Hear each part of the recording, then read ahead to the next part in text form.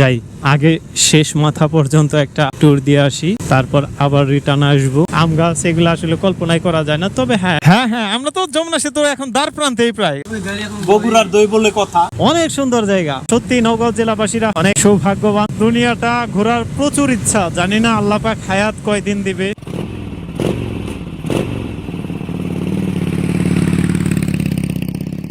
Hello viewers, এখন আমরা যাচ্ছি ঢাকা থেকে রাজশাহী নওগাঁ। আমরা সবাই 5টার দিকে বের হয়েছি, যদিও আমাদের আরো 2-4 মিনিট লেট হয়েছে।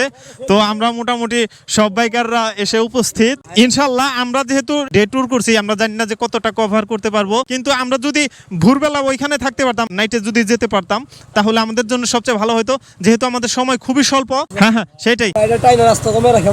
তো যাই হোক, আমরা সবাই যাচ্ছি। এই যে 3টা বাইক, আর এদের সামনে আমি একটা বাচ্চা বাইক নিয়ে যাচ্ছি। সব হায়ার সিসি বাইকের মধ্যে আমার 125 সিসি বাইক নিয়ে একটা লং একটা জার্নি হবে। জানি না কত দূর যেতে পারবো, লং ডিস্টেন্সে এটা কেমন পারফরমেন্স করবে।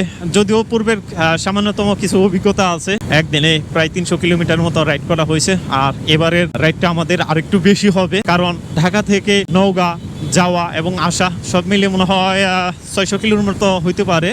তো একদিনে এই বাইকটার উপর চাপ যাবে, তো এটা অত্যাধিক বেশি। যাই হোক, যাচ্ছি ইনশাল্লাহ। আর ভিডিওগুলো তো আসবে আপনাদের কাছে, তো দেখতে থাকুন। সকালের সূর্য মামাটা এখনো উঠে নাই ঠিক মতো, আস্তে আস্তে আধার থেকে আলো ছড়াচ্ছে। তো যাই হোক, সকালবেলা বাইক চালাতে আবার আলাদা একটা মজা আছে, আর ইঞ্জিনও হিট কম হয় ঠান্ডা একটা পরিবেশের জন্য। আমরা বালিয়ার এদিক দিয়ে মির্জাপুর টাঙ্গাইল হাইওয়ে ধরবো। বালিয়ার পর থেকে এই রাস্তাটা অনেক ভালো, খুবই সুন্দরতম একটা রাস্তা। রাস্তার মধ্যে কোনো প্রকার যানজট নেই, বাড়তি মানুষের আনাগোনা নেই। অবশেষে আমরা টাঙ্গাইল হাইওয়ে দ্বার প্রান্তে, হাইওয়েতে উঠলাম মাত্র। তো যাই হোক, আমাদের এখানে নাস্তা করার প্ল্যান ছিল সকালের। আমরা যমুনা পার হয়ে ইনশাল্লাহ সকালের নাস্তা করব। সকাল একদম পুরোদমে হয়েই গেল, সূর্যের আলো গায়ে এসে লাগছে। এখনো যমুনা সেতু পৌঁছাতে পারিনি। আমাদের 65 কিলোমিটারের মতো রাইড করা হয়ে গেছে অলরেডি। আমাদের চেতা বাইকার শাকিল সবার সামনে, সে আমাদের রেখেই সম্ভবত 2-3 কিলোমিটার সামনে আছে। সে সব সময় আমাদের ওভারটেক করে সামনে থাকার চেষ্টা করছে। সে একটা অনুপ্রেরণা দিচ্ছে আমাদেরকে যে স্লোলি আসলে হবে না, আর একটু টানতে হবে। কিন্তু আমার যেহেতু ছোট্ট একটা বাইক, 100 ক্রস করা আমার জন্য খুবই কষ্ট, যদিও হয় না। বাইকটার বয়স হয়েছে অলরেডি। ডান পাশ দিয়ে ট্রেন আসছে। এখন আমরা যমুনা সেতুর টোল দিয়ে নই পারে যাব। হ্যাঁ হ্যাঁ আমরা তো যমুনা সেতুর এখন দ্বার প্রান্তেই প্রায়। টোলটা দিব, জাস্ট আমরা উপরে উঠে যাব সেতুর, বুঝছো? আমরা এখন যমুনা সেতুতে উঠবো। এই যমুনা সেতু নিয়ে কত গান রচিত হয়েছিল। এখন তো ড্রোনের যুগ। আমি আমার আব্বার মুখে শুনেছি, এটা যখন উদ্বোধন করা হয়েছে ঠিক তখন এটার উপরের ভিউটা দেখানোর জন্য হেলিকপ্টারের মধ্যে ক্যামেরা সেট করে সেটা টিভিতে সম্প্রচার করেছে। এই হলো যমুনা সেতু। ডান পাশেরটা রেল সেতু।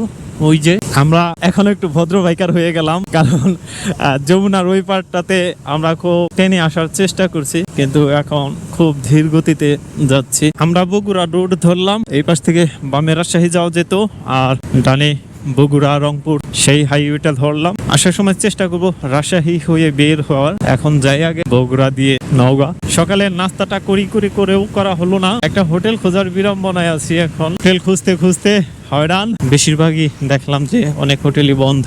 আমাদের বাইকাররা সব ক্ষুধার যন্ত্রণায় ক্লান্ত, বিশেষ করে ইমন। খিদা সহ্য করতে পারো না, না তোমার জন্য, বুঝছো? শেষমেশ পেয়েছি, এটাই বড় কথা। ডাল রুটি জীবন অলরেডি খাওয়া শুরু করে দিয়েছে। শাকিল তুমি বসো নাই কেন? এখন তোমার রুটি তো দিছে তো। হ্যাঁ, আর এই যে আমরা গন্তব্যে যাই তখন আমরা ভরপেট খেতে পারবো। এখন হালকা খেয়ে কোনো মতে জান হে তো জাহান হে, বুঝছো? রিজিক যেখানে থাকে সেখানেই হয়। আমরা চেষ্টা করেছিলাম যমুনা সেতুর আগেই নাস্তা করব, তো সেখানে করতে পারলাম না। যমুনা পার হওয়ার পরে আমরা বেশ কয়েকটা রেস্টুরেন্ট দেখেছি। শেষমেশ শেরপুর এসে আমরা সকালে নাস্তা করলাম।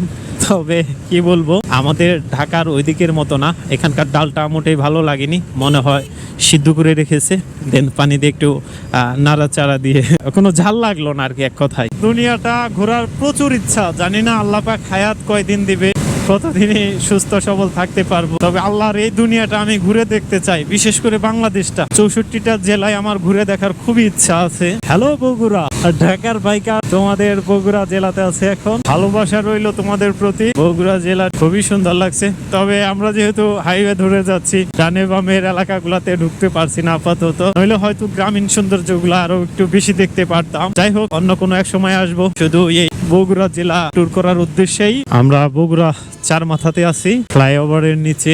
এখান থেকে নওগাঁ রুট ধরতে হবে।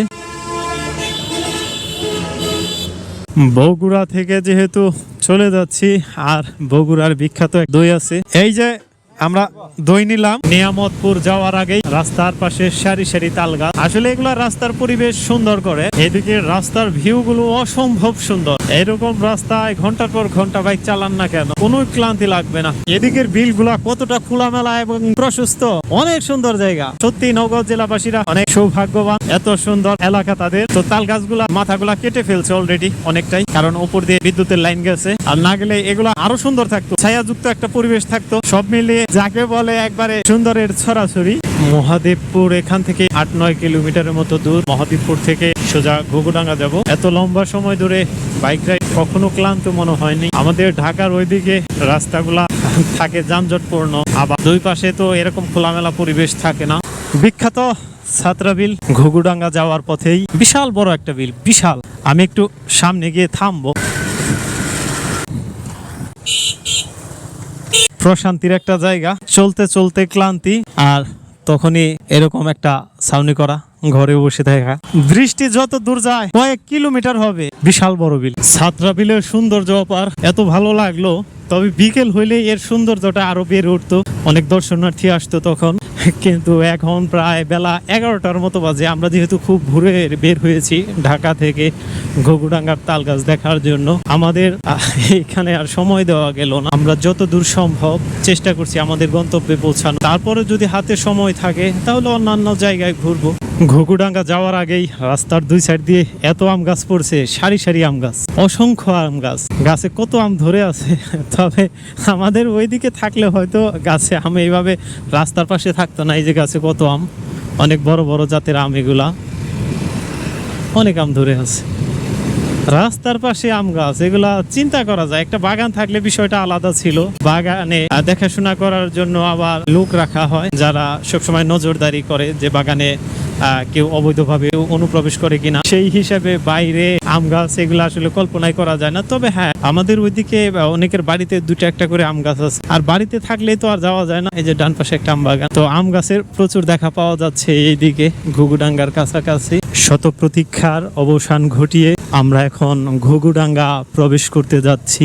এই সেই তালের রাজ্য, যেখানে হাজার হাজার তাল গাছের সারি সারি। রাস্তার দুই সাইডে কত সুন্দরতম একটা জায়গা, বলে বোঝানোর মতো না। প্রায় 250 কিলোমিটার রাইড করার পর এই জায়গায় আসতে পারলাম।